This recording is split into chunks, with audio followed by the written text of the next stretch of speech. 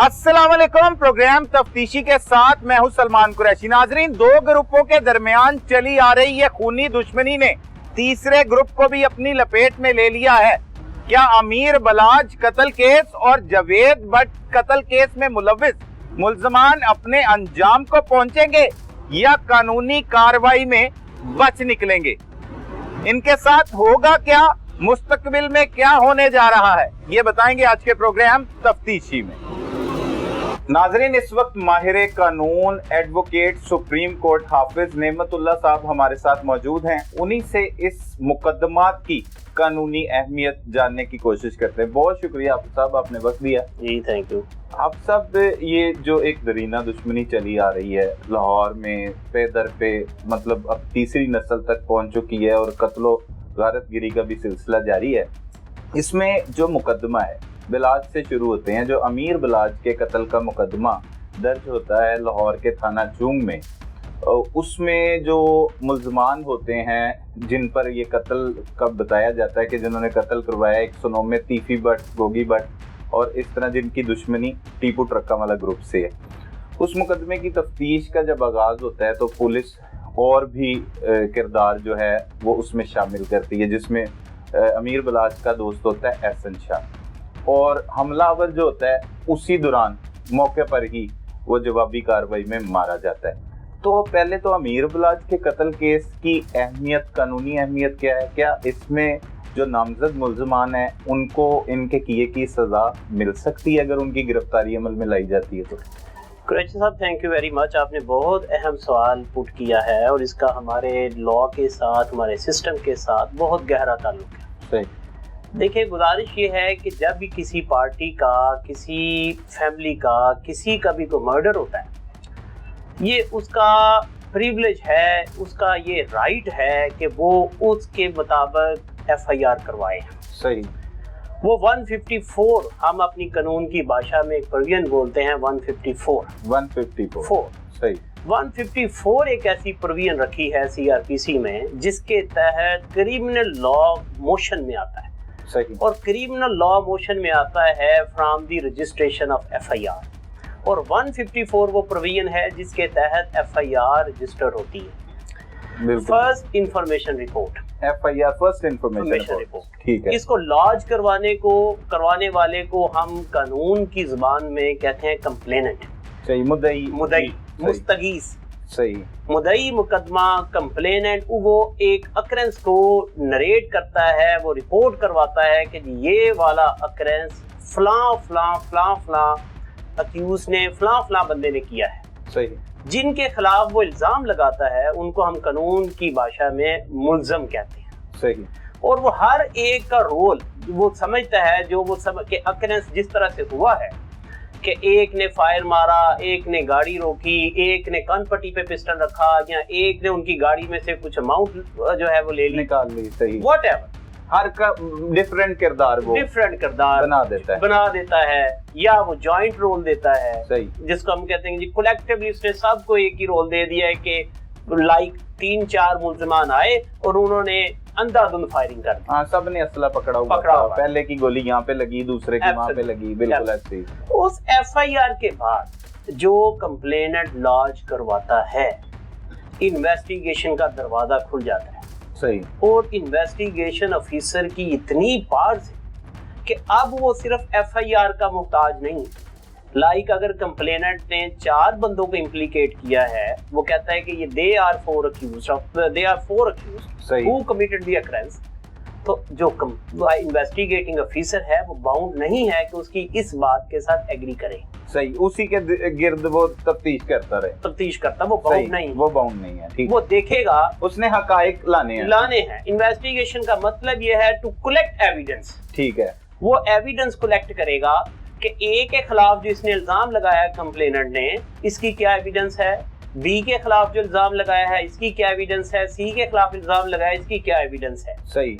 और अगर वो समझता है कि कंप्लेनेंट ने जो इल्जामात लगाए हैं वो इल्जामात उसकी इन्वेस्टिगेशन में सच्चे पाए गए हैं, तो उन मुल्जमान को गिल्टी वो डिक्लेयर करता है और कोर्ट के सामने अपनी फाइंडिंग्स उनकी गिल्ट के बारे में रखता है, गुनाहगार लिखता है। ठीक है। लेकिन अगर वो ये समझता है कि 4 में से बेसिकली 2 बंदे हैं एक्चुअल कल्प्रेट और 2 जो हैं वो सिर्फ मियर on the basis of relation with the main accused, उनको इम्प्लीकेट कर दिया गया है, तो वो उनको इनोसेंट भी डिक्लेयर कर बेगुनाह कर, एब्सोल्युटली। वो कहेगा जी कि इनके खिलाफ एविडेंस जो है सफाई मिसल पे नहीं आई, ये किसी तरह से भी कनेक्ट नहीं होते। और इन्वेस्टिगेशन करते हुए जो इन्वेस्टिगेशन ऑफिसर है उसका काम ये नहीं है कि वो एक साइड की तरफ ही इन्वेस्टिगेशन करता जाए, सही।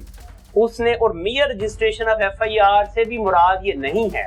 हमारी जजमेंट है सुप्रीम कोर्ट की, तो अगर ये किसी के खिलाफ एफआईआर हो गई है तो आप इन्वेस्टिगेशन ऑफिसर ने हर हाल में उसको गिरफ्तार करना है। No, first of all investigating officer has to collect the evidence. पहले एविडेंस कलेक्ट करने हैं, एविडेंस कलेक्ट करनी है। अगर उसको उन इल्जामात को सपोर्ट करते हुए मटेरियल मिल जाए मुल्जमान के खिलाफ, तो फिर वो उन मुल्जमान को गिरफ्तार करता है। सही। गिरफ्तार करने के बाद भी उसकी इन्वेस्टिगेशन रुक नहीं जाती, वो अपनी इन्वेस्टिगेशन को उसने लॉजिकल एंड की तरफ लेके जाना होता है कि ये वाला जो मुल्जिम है, यस, इसकी प्रेजेंस जो है वहाँ पे प्लेस ऑफ अकरेंस पे एस्टेब्लिश है, इसका रोल एस्टेब्लिश है। जो मुद्दई ने और उसके गवाहान ने कहा कि इसने फायर मारा, चेस्ट पे लगा या अब्डामन पे लगा या हेड पे लगा, वो जो है वो मेडिकल के अंदर भी वो इंजरीज पाई जाती हैं, इससे रिकवरी हो चुकी है। और मैं जब मौका पे गया था वहाँ से मैंने क्राइम एम्प्टीज कलेक्ट की थी, वो क्राइम एम्प्टीज को पीएफएस से भेजा गया। बाद में जब मैंने इससे वेपन ऑफ ऑफेंस रिकवर किया उसको भी भेजा गया, तो वो दोनों मैच कर चुके हैं। तो ये बड़ी corroborative और स्ट्रॉन्ग पीस ऑफ एविडेंस वो कलेक्ट करता है। सही सर, आपके कहने का मकसद ये है कि जो तफ्तीशी लिख देता है सिर्फ मिसल पर, वो ही फिर आगे जाकर तय करता है कि सजा हो सकती है या नहीं हो सकती। देखें, ये ओपिनियन जो है पुलिस की वो कोर्ट के ऊपर बाइंडिंग नहीं है। सही। लेकिन वो जो अपनी रिपोर्ट देता है उसको हम कहते हैं 173 की रिपोर्ट। ठीक है। उसको आम जुबान में चलान जमा हो गया। ठीक है, चलान जमा करा दिया। उस चलान की रिपोर्ट के ऊपर कोर्ट ने, ट्रायल कोर्ट ने कॉग्निजेंस लेनी है। सही। कॉग्निजेंस लेने के बाद देखें, मुल्जिम के भी उतने ही राइट्स हैं।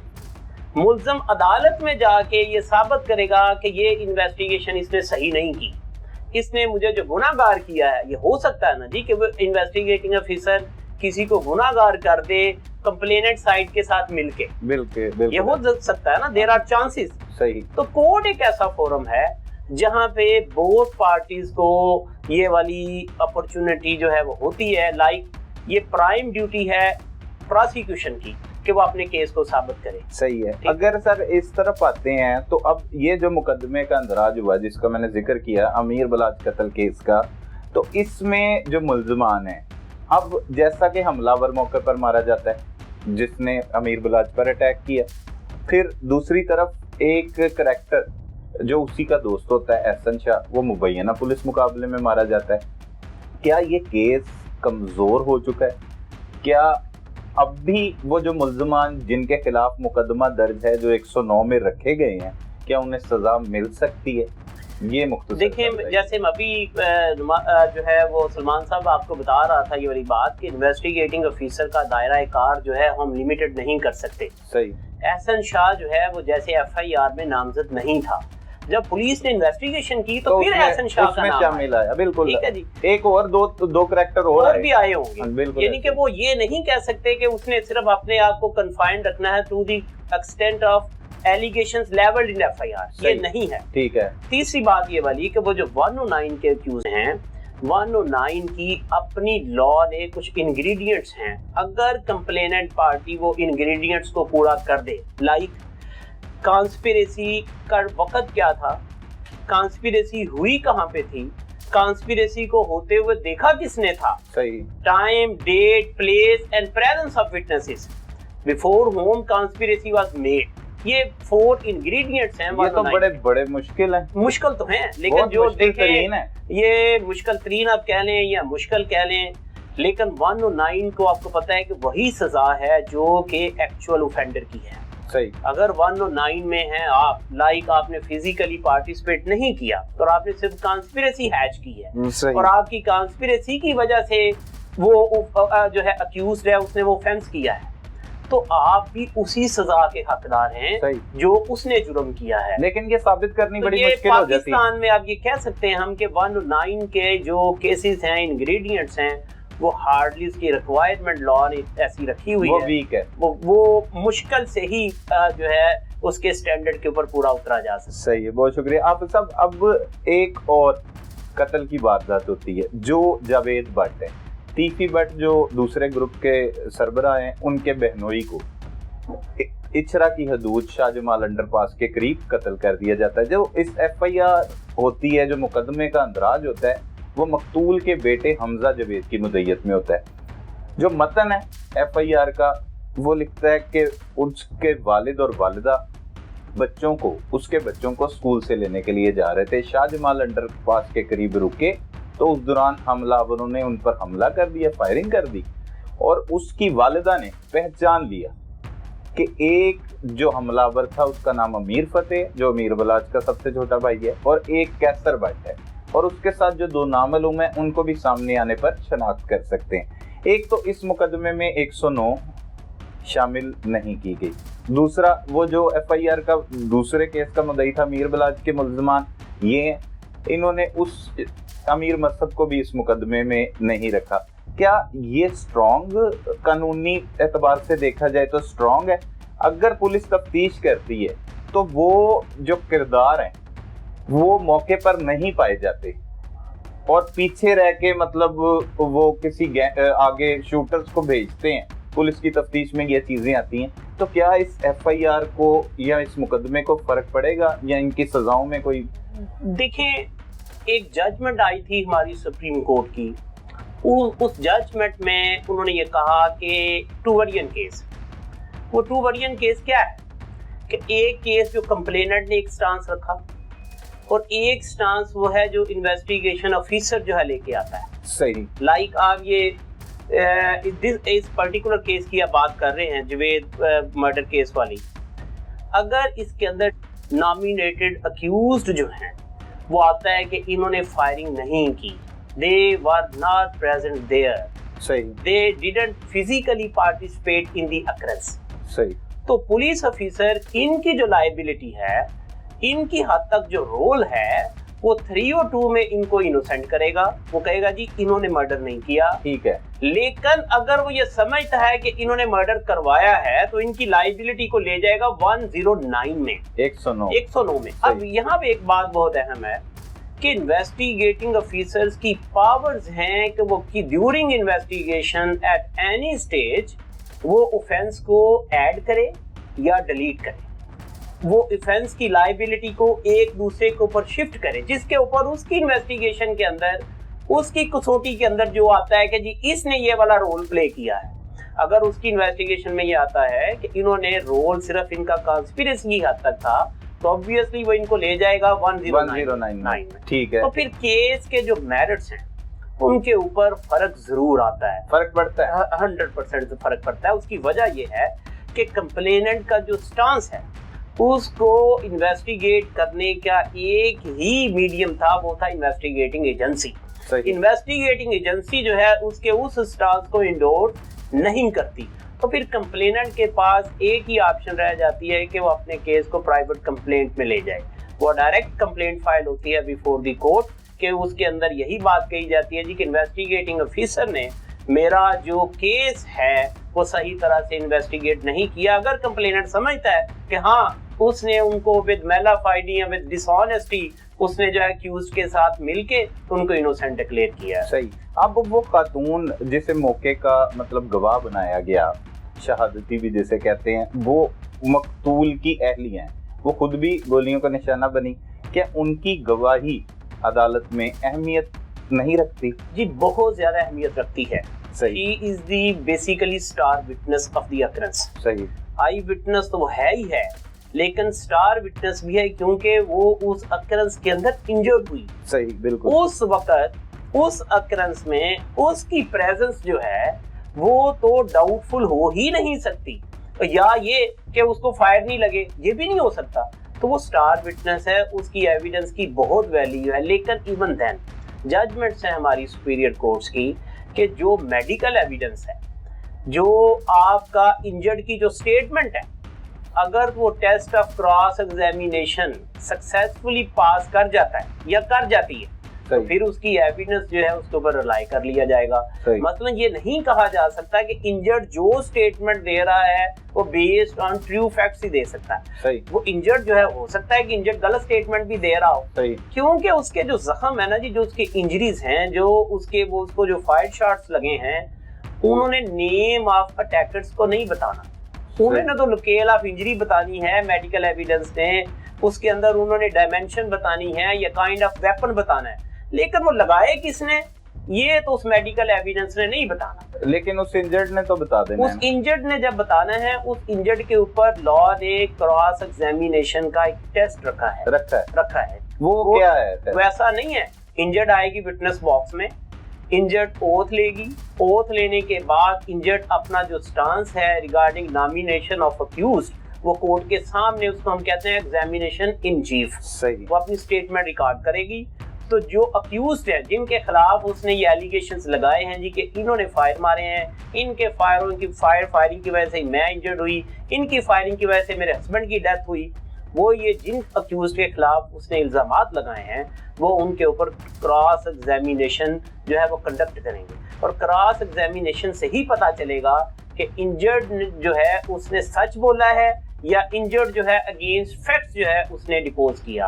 صحیح. تو basically cross examination is the basic test جس کے ذریعے سے سچائی کا پتہ چل سکتا ہے. صحیح. اگر کوئی غلطی ہو جائے یا غلط بیانی سے کام لیا جائے تو اس کا نقصان ہو سکتا ہے قانونی طور پر. اگر اسی کو جب یہ دیکھیں نا آپ کے سسٹم میں جو بریت کی جو اکویٹل کی ریشو ہے وہ کنوکشن سے بہت زیادہ ہے. صحیح.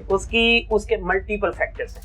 ایک فیکٹر اس کا یہ بھی ہے کہ وٹنسز کی جو سٹیٹمنٹ ہے وہ ریلائی نہیں کی ہوتی, وہ اپنے سٹانس کو اسٹیبلش نہیں کر پاتے, جس کی وجہ سے ان کی ڈیپوزیشن میں ان کی سٹیٹمنٹ میں ڈاؤٹس آ جاتے ہیں. اور ہمارا بھی لا یہ کہتا ہے کہ اگر کوئی ڈاؤٹس آ جائیں کسی کیس میں تو اس کا بینیفٹ دیا جاتا ہے اکیوز کو as a right, not as a grace. تو اس لیے وہ ڈاؤٹس جب کریٹ ہو جاتے ہیں تو وہ ملتا ہے اکیوزڈ کو اس کا بینیفٹ ملتا ہے. صحیح ہے. اگر اب بات کی جائے دوران حراست, جیسے احسن شاہ مارا گیا, لیکن اب پولیس کی جو روایتی کہانیاں ہیں وہ تبدیل ہو چکی ہیں, جو دوران حراست ہو اور وہ اب پولیس مقدمہ بھی درج کر دے 302 کا قتل کا, اس کے باوجود جوڈیشل انکوائری ابھی تک ہوتی ہے. دیکھیں جوڈیشل انکوائری جو ہے وہ کی جاتی ہے بیسیکلی جب بھی اس طرح کے انسیڈنٹ رپورٹ ہوتے ہیں تو ڈی پی او کی طرف سے ایک ریکویسٹ بھیجی جاتی ہے کنسرن ڈسٹرکٹ اینڈ سیشن جج کو. صحیح. تو وہ اس میٹر کو پروو کریں, اس کی جوڈیشل انکوائری کو کنڈکٹ کریں. صحیح. کیونکہ اپیرنٹلی زیادہ چانسز یا جو پبلک اوپینین یہ ہوتی ہے وہ یہ ہوتی ہے کہ how it is possible in the police custody ایک بندہ مارا جائے. صحیح. ٹھیک ہے, لیکن ایکسیپشنز آر آلویز دیئر. کچھ کیسز میں جینون چیزیں ہوتی ہیں, لوگ آ کے اپنے ساتھیوں کو چھڑانے کے لیے آ کے ایفرٹ کرتے ہیں, ٹرائی کرتے ہیں. اکیوز بھی جو ہیں وہ بھی سم ٹائمز بھاگنے کی کوشش کرتے ہیں. یہ چیزیں ہوتی ہیں, ان کو ہم رول آؤٹ نہیں کر سکتے. لیکن جنرل پرسیپشن یہی ہے پبلک کا کہ جب بھی پولیس کسٹڈی کے اندر کوئی اکیوزڈ مارا جائے گا تو اس کے ہم ایک ورڈ بولتے ہیں فیک انکاؤنٹر, کہ یہ جی فیک انکاؤنٹر کا نتیجہ ہے. تو پھر ڈی پی او کیونکہ اس کی پولیس اس کے اندر ڈائریکٹ ایلیگیشن یا ایک اوپینین ان کے خلاف آ رہی ہوتی ہے, تو اس چیز کو ذرا ٹرانسپیرنٹ کرنے کے لیے کہ ہمارے پولیس والے انہوں نے کوئی یہ جو ہے فیک انکاؤنٹر نہیں کیا, تو ایک جوڈیشل انکوائری کروا لی جائے, جو کہ ڈسٹرکٹ اینڈ سیشن جج کو وہ ریکویسٹ بھیجتے ہیں اور موسٹلی اس کے اوپر وہ ڈسٹرکٹ اینڈ سیشن جج صاحب کسی میجسٹریٹ کو پھر اپوائنٹ کر دیتے ہیں کہ آپ انکوائری کریں اور اس کی رپورٹ سبمٹ کریں. لیکن اب تو 302 کا مقدمہ درج ہوتا ہے وہ ملزمان کے ساتھیوں پر, مطلب اس میں تو اس کے بھائی کے خلاف بھی ہوگا, کیا اس کیس کی بھی جوڈیشل انکوائری ہوتی ہے جب 302 کا مقدمہ ہی درج کروا دیتی ہے؟ Judicial inquiry something else. ٹھیک ہے, جوڈیشل انکوائری کی ایز سچ کوئی ہمارے ضابطۂ فوجداری میں پروویژن نہیں ہے. صحیح. یہ صرف اور صرف کچھ چیزیں پریکاشنری میئرز کے طور پر اڈاپٹ کی جاتی ہیں. بیسیکلی میں نے جب آپ کو اپنی ڈسکشن کے سٹارٹ میں کہا تھا کہ آپ کی پروویژن ہے 154. 154 ہی ایک بیسک پروویژن ہے جس نے آپ کے کریمنل لا کو جگانا ہوتا ہے. जो पहले इन्वोक होगी, उसके बाद सारी प्रोविजन सब्सिक्वेंट उसके बाद जाके अपना अपना काम करेंगी। तो जुडिशल इंक्वायरी की एज सच ज़ाब्ता फौजदारी में कोई प्रोविजन नहीं है।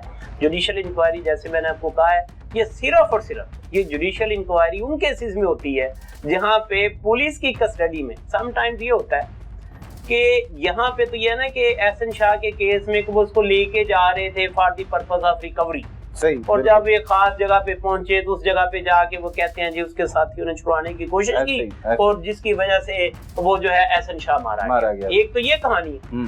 कई केसेस ऐसे होते हैं कुरैशी साहब जिनके अंदर बंदा पुलिस की हिरासत में है, बंदा पुलिस फिजिकल रिमांड में है, सही, ठीक है, और एक जनरल परसेप्शन ये भी है कि पुलिस जो है टॉर्चर करती है, सही, और किसी से वो जानने के लिए कि उसने ऑफेंस कैसे किया, वो रिकवरी करने के लिए पुलिस का एक टॉर्चर वाला कंसेप्ट हमारे सिस्टम में इस तरह से है। लोग जानते हैं पुलिस के बारे में जी कि टॉर्चर भी होता है।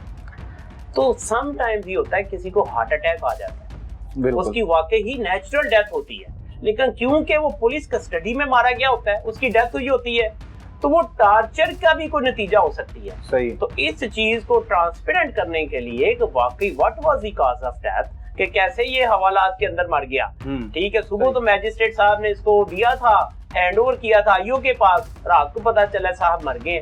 तो ये क्या कोई इन्होंने टॉर्चर तो नहीं किया, कोई उसके ऊपर ऐसा मामला तो नहीं किया जिसकी वजह से उसकी डेथ हो गई है? एफआईआर भी हो जाती है। एफआईआर भी हो जाती है। एफआईआर तो देखें, ये मैंने आपको कहा कि मोस्टली लीगल हेड्स ही आगे आते हैं, लेकिन लॉ ने तो ये भी कदगन नहीं रखी कि लीगल हेड्स आगे आए या जो अग्रीव्ड है वही सिर्फ आगे आए। कोई भी anybody can be a complainant.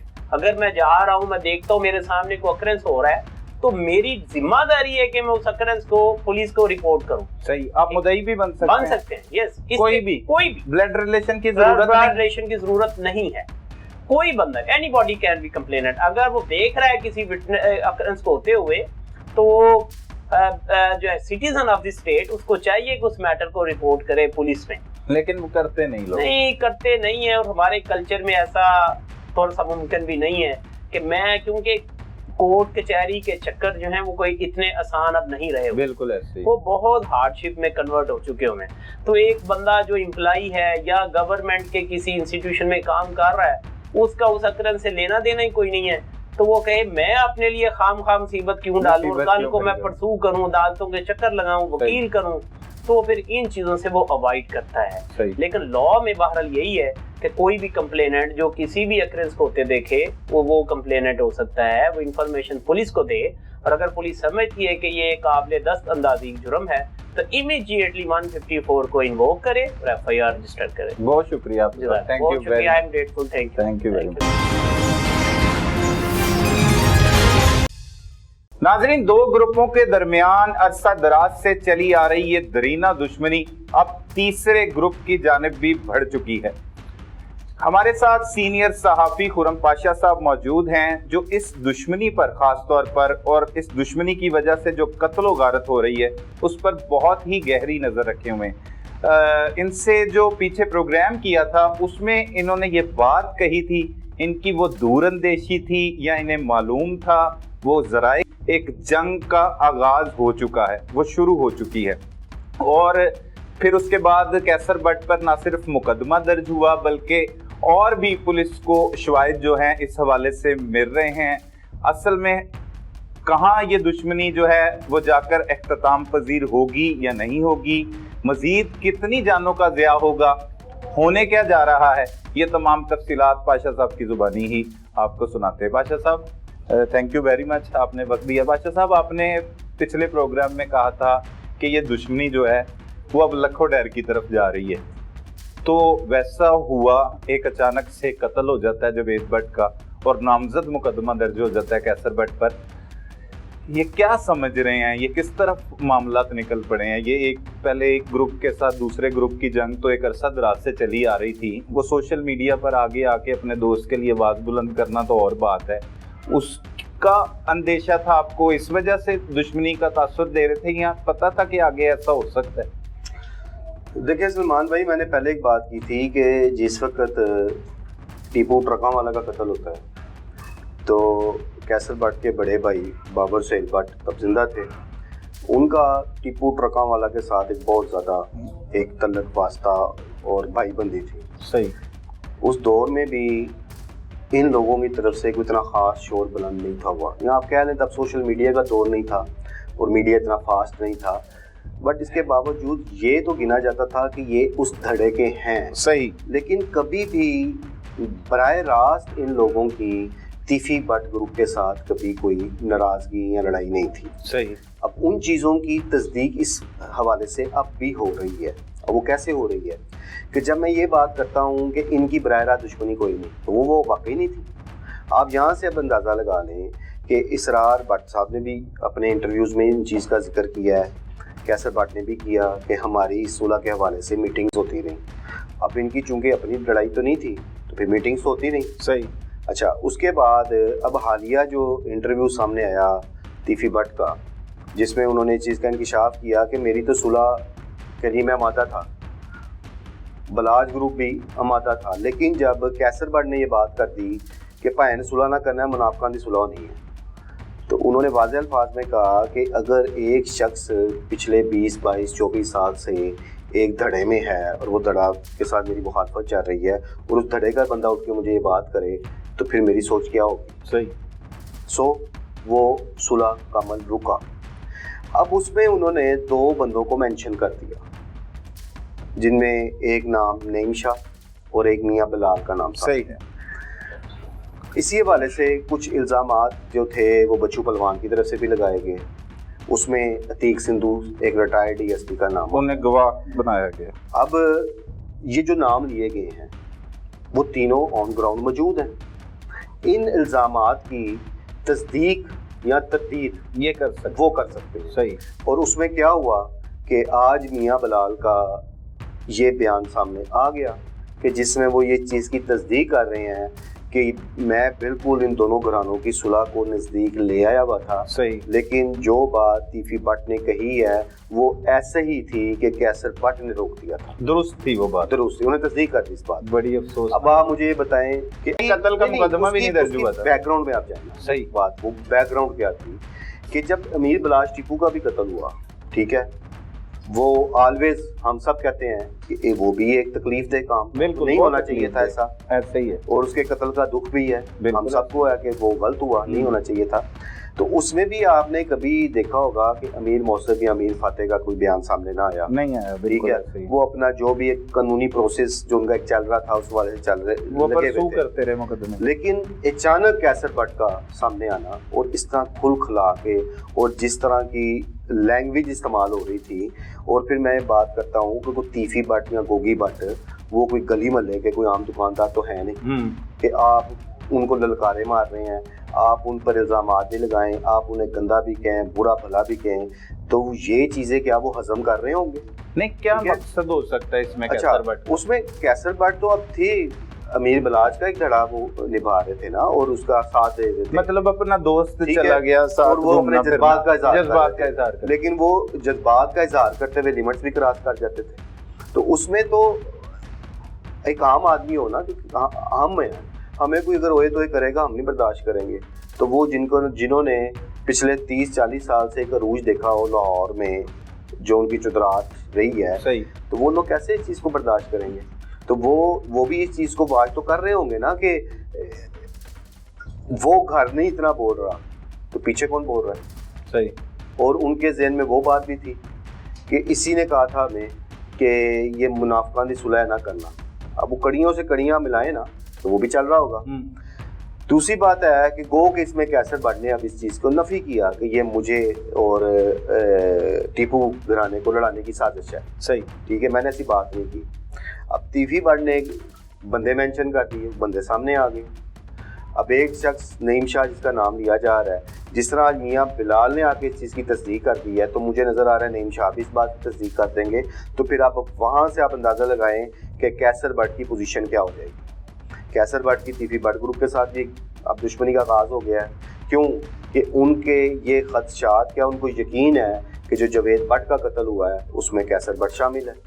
और ऐसी कोई मालूमात सामने आई? और देखिए वो डिपेंड कर रहा है अब पुलिस की तफ्तीश में। बिल्कुल ठीक है, اس میں میں یا آپ اپنے پلے سے ہم کوئی بات نہیں کر سکتے. وہ نہیں کر سکتے کیونکہ پہلے جو میں جیسے مجھے یاد ہے کہ ٹیپو ٹرکاں والے کا قتل ہو جاتا ہے, اس پہ تیفی بٹ اور گوگی بٹ پر مقدمہ اسی طرح درج ہوتا ہے جیسے بلاج کی دفعہ درج ہوا 109 میں رکھا جاتا ہے, لیکن وہ جو قاتل ہے وہ کہتا ہے کہ میرا پرسنل ذاتی ایشو تھا تو میں نے اس کی وجہ سے قتل کر دیا. تو ایسا بھی تو ممکن ہے کہ وہ شخص, میں یہ کہہ رہا ہوں نا کہ اب ڈیپینڈ کرتا ہے پولیس تفتیش میں یا اس شوٹر پہ, اگر وہ پکڑا جاتا ہے یا پکڑا گیا ہے یا جب بھی سامنے تو آنا ہی ہے کہ وہ کا انکشاف کرتا ہے. اب وہ بات آپ والی ہے کہ اس میں 2-3 چیزیں نکل سکتی ہیں. نمبر 1 کہ دیکھا جائے ہو سکتا ہے کسی تیسری قوت نے فائدہ اٹھایا ہو. صحیح. نمبر 2 آپ والی بات بہت سالڈ ہے کہ جب ٹیپو ٹرکاں والا کو مارا گیا تو اس میں ایک جو ملزم مین جس نے فائرنگ کی تھی خرم اجاز, اس نے سارا اپنے اوپر لے لیا تھا کہ میں نے ذاتی رنجش پہ مارا ہے. اور نمبر 3 پھر وہ کیسر بٹ ہے. یہی 3 چیزیں سامنے آئی. تو اگر بالفرض ان میں تیسری بات ہی سامنے آ جاتی ہے کہ اس قتل میں کیسر بٹ کا آتا ہے تو دین پھر لڑائی کہاں جا رہی ہے. لیکن اب تک یہ چیزیں سامنے آنا شروع ہوئی ہیں, کچھ باتیں نہیں نکلنا شروع ہوئی ہیں. نہیں ابھی ایسے شواہد کو سامنے آ نہیں رہے اور کچھ چیزیں آ رہی ہیں ان کی ابھی آپ تصدیق نہیں کر سکتے کیونکہ وہ غیر مصدقہ اطلاعات ہے. صحیح. تو اگر وہ بات کر دی جائے تو پھر ظاہر تفتیش پہ بھی اثر انداز ہوتے ہیں معاملات. لہٰذا ہمیں بھی ذمہ داری کا مظاہرہ کرنی چاہیے, ایسی کوئی بات ہمیں اپنے پاس سے نہیں کرنی چاہیے یا کسی غیر مصدقہ اطلاعات کو ہمیں اپنے ناظرین کے ساتھ بھی شیئر نہیں کرنا. صحیح. اچھا دوسری بات اب یہ رہ گئی کہ اگر یہ کام کیسر بٹ کی طرف نکل آتا ہے تو آپ کیا سمجھتے ہیں کہ تیفی بٹ گروپ کا ری ایکشن کیا ہوگا کہ وہ ان کے گھر کا نقصان ہوا اور پہلی دفعہ ہوا ایسا کہ براہ راست تیفی بٹ گروپ کے جو گھر کا بندہ اور سب سے اہم بندہ سے ٹارگٹ کیا گیا ہے تو وہ ان چیزوں کو ہضم تو نہیں کریں گے. تو آفٹر آل پھر ان فیوچر اس لڑائی میں نقصان ہے. اچھا پاشا صاحب, میری جتنی ملاقاتیں بلاج کے حوالے سے بھی ہوئی, ویسے بھی ہوئی, انٹرویوز کیے, تو وہ خاندان جس طرح ایک بڑی مشکل سے جدوجہد کرنے کے بعد اس خونی دشمنی سے, اپنی خونی دشمنی سے باہر نکلا تھا, وہ خاندان کیسے مطلب اتنا بڑا قدم اٹھا سکتا ہے کہ ایک اتنے بڑے گروپ کے ساتھ وہ ایک دشمنی کا آغاز کر دے, ان کے بندے کو قتل کروا دے.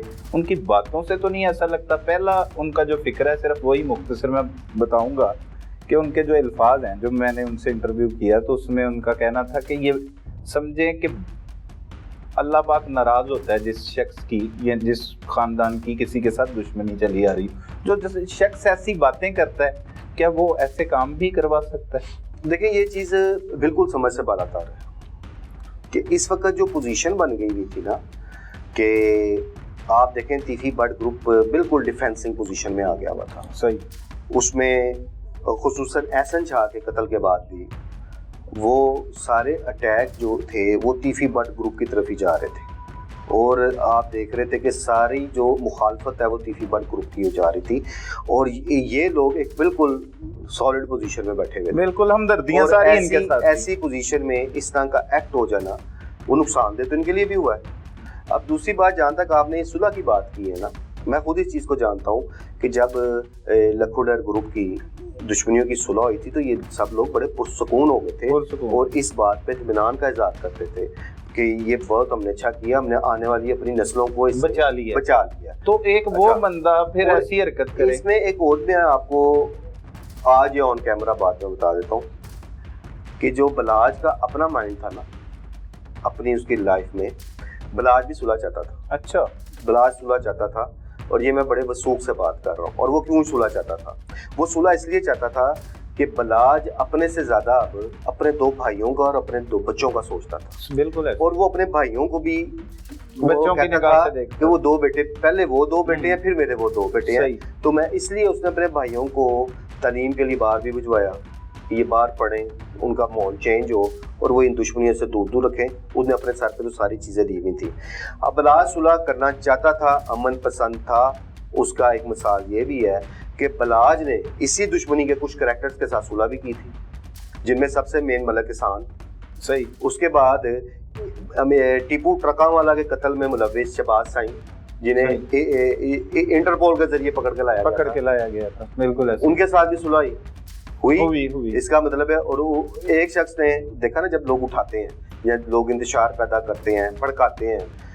तो एक बंदे ने कहा कि तुमने वो तो तुम्हारे बाप के कत्ल में मुलव्वस था शहबाज सईद, और जिस टाइम टीपू ट्रका वाला को कत्ल किया गया था शहबाज सईद मौके पे मौजूद था। सही, ठीक है, उस वक्त यही सही। और ये बातें भी निकली थी कि मौके पे शहबाज सईद और दूसरे जो मुलजमान थे मौके पे मौजूद थे। ठीक है, फायरिंग सिर्फ खुरम इजाज ने की थी। ये बातें तो आम हो गई हुई थी ना।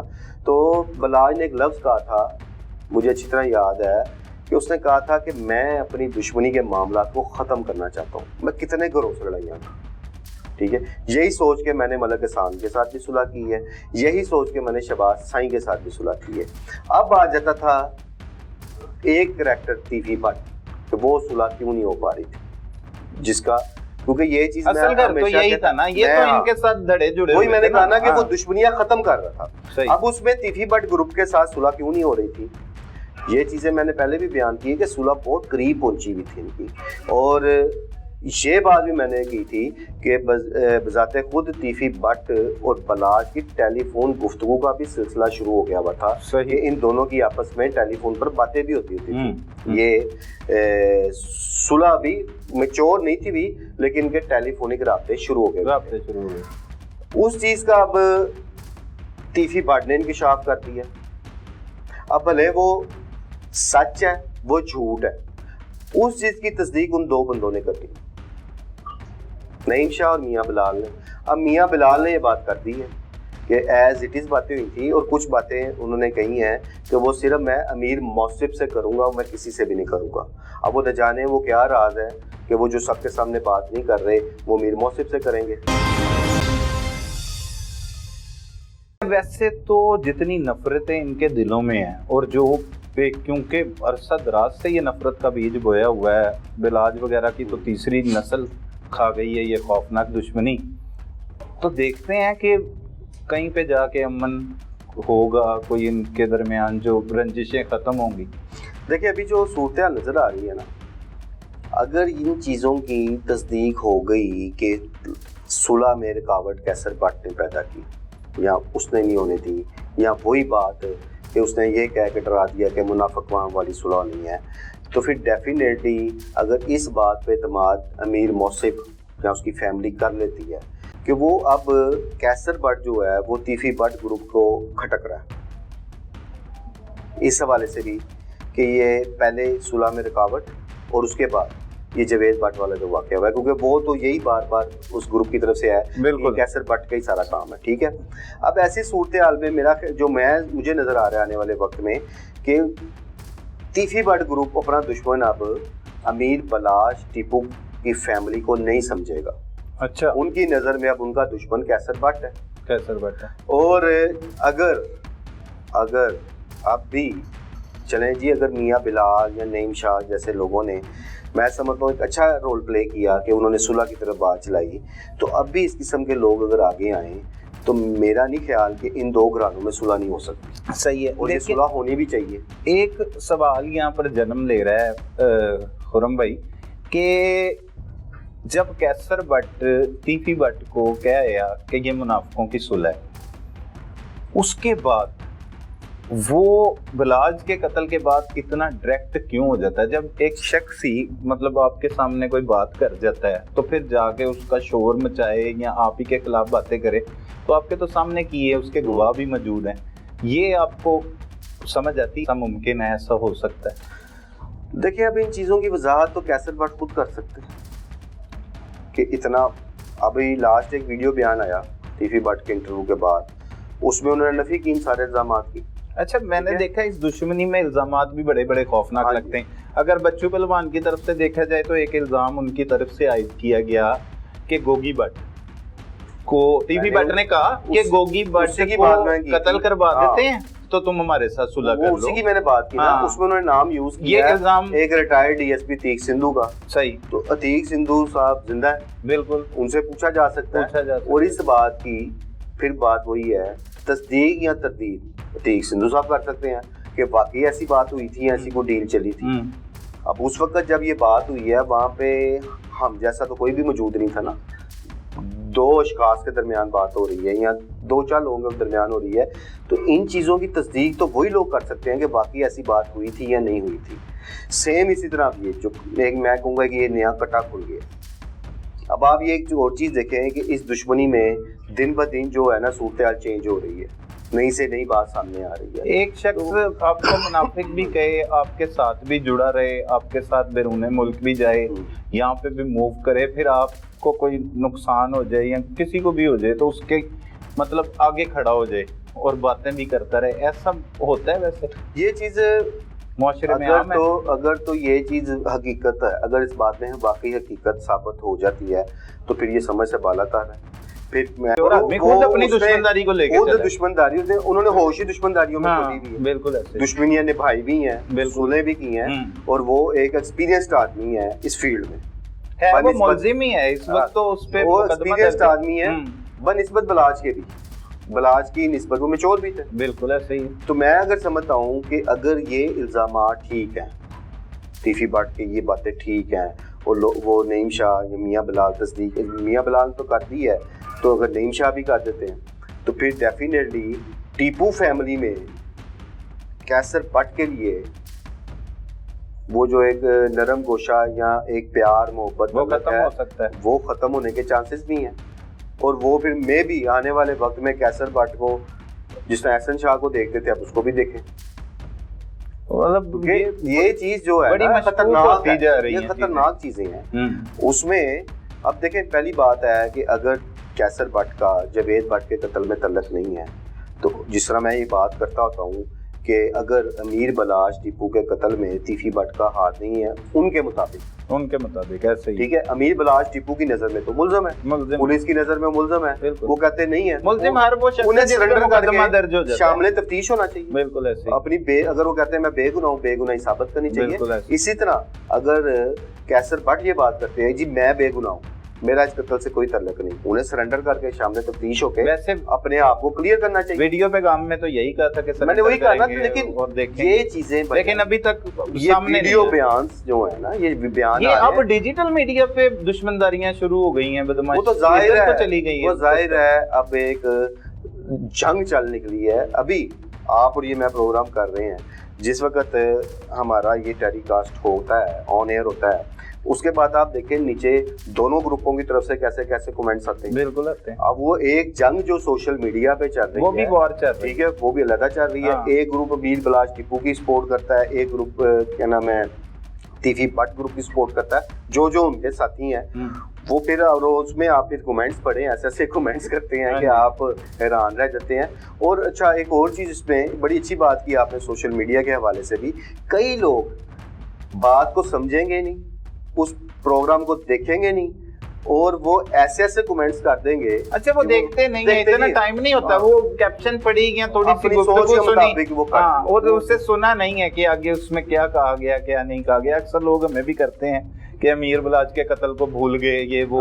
अमीर बलाज के बहुत ज्यादा हामी है सोशल मीडिया पे अगर देखा जाए ना, तो वो ऐसे नहीं है कि वो उसके ग्रुप से ताल्लुक रखते हैं, वो ऐसे लोग हैं जो उसके कत्ल होने के बाद उसको देखा कि मतलब नौजवान था, उसके छोटे छोटे बच्चे थे, उसे उस दुश्मनी की भेंट चढ़ा दिया गया, इसमें उसका कसूर नहीं था। पूरे कत्ल ने जितनी शोहरत हासिल की और जितनी लोगों की हमदर्दियां समेटी, आपको याद होगा हमने एक प्रोग्राम किया था, मैं तब कहा था कि लोगों की नजर में अमीर बलाश टीपू फैमिली जो है मजलूम है, और तीफी भट्ट ग्रुप जालिम है, और वो सोशल मीडिया पे वाज़िया नजर है इस बात का, जिस तरह के से लोगों ने इस चीज की मजम्मत की थी जो बलाश का कत्ल हुआ था, जो लोग नहीं भी जानते थे या उनको इस दुश्मनियों के बारे में पता भी नहीं है, हिस्ट्री क्या है, लेकिन उनके लिए वो एक बड़ा दुख वाली बात थी कि जो बलाश की शक्ल में कत्ल सामने आया था। तो अब भी पाशा साहब, अभी मुश्किल नजर आ रहा है ये सब कुछ जो एक जंग छिड़ी हुई है, इसका मतलब कंट्रोल हो जाना। देखिए, मैंने आपको इसमें ये बात कही है कि तीफी भट्ट ग्रुप पर ये पहला बराह रास्त हमला है, और अगर इसमें कैसर भट्ट का हाथ सामने आ जाता है तो मैं नहीं समझता कि तीफी भट्ट ग्रुप इतनी आसानी से इस सारे मामले को हजम करेगा। उनके लिए बहुत बड़ा लॉस हुआ है, اور ان کے لیے یہ چیز ہضم کرنا بہت مشکل ہے اور اس چیز کے مستقبل میں نقصانات ہی ہیں اور جو ہے اس پہ قابو پانا بہت ضروری ہے اور وہ قابو ہمارے اداروں نے یہ پانا ہے اور وہ کیا اسٹریٹجی اختیار کرتے ہیں اور کس طرح اس چیز کو کور کرتے ہیں وہ انہیں بہتر پتہ ہے۔ بہرحال ہماری تو خواہش ہے کہ یہ جو لڑائیاں ہیں انہیں ختم ہونا چاہیے اور میں پھر بار بار یہ بات کر رہا ہوں کہ اس چیز کو صلح کی طرف جانا چاہیے۔ یہ نظر بندی کے جو احکامات جاری ہوئے ہیں، کیا خون ریزی کا یہ سلسلہ ان نظر بندی کے جب آرڈر پہ امپلیمنٹ ہو جاتا ہے، مطلب ایک نوٹیفیکیشن ہو جاتا ہے، تو اس سے کوئی فرق دیکھیں اس میں پہلے مرحلے میں تو یہی ہوتا ہے نا کہ وہ ایک ڈی سی او کے احکامات کے تحت 30 دن کے لیے بند کر دیا جاتا ہے۔ صحیح، لیکن وہ کب 30 دن کے لیے آپ کسی کو گرفتار کر نظر بند بھی کر دیتے ہیں، مثال ہے، تو کیا وہ باہر نہیں آنا اس کو؟ یہ کوئی حل نہیں ہے کہ نظر بندیاں کر کے آپ دشمنی کو روک لیں گے۔ ان گروپوں کی جو جڑیں ہیں وہ بہت پھیلی ہوئی ہیں، آپ کتنے لوگوں کو نظر بند کریں گے؟ اور پھر ہوتا کیا ہے کہ اگر آپ کسی کو نظر بند کرتے ہیں پھر ایسے کئی لوگ اس میں مارے جائیں گے جن کا دشمنیوں سے تعلق ہی کوئی نہیں ہے۔ جس طرح جاوید بٹ کے بارے میں یہی کہا جاتا ہے نا کہ وہ کاروباری معاملات کو ضرور دیکھتے تھے، وہ کیا نام ہے قانونی معاملات کو بھی دیکھتے تھے، لیکن ان کا کبھی دشمنی سے تعلق واسطہ ہی نہیں رہا تھا۔ صحیح ہے، اگر تعلق واسطہ ہوتا تو وہ اس طرح ذات تھوڑی پھر رہتے، وہ ڈیفینیٹلی وہ بھی گن مینوں کے ساتھ نکلتے۔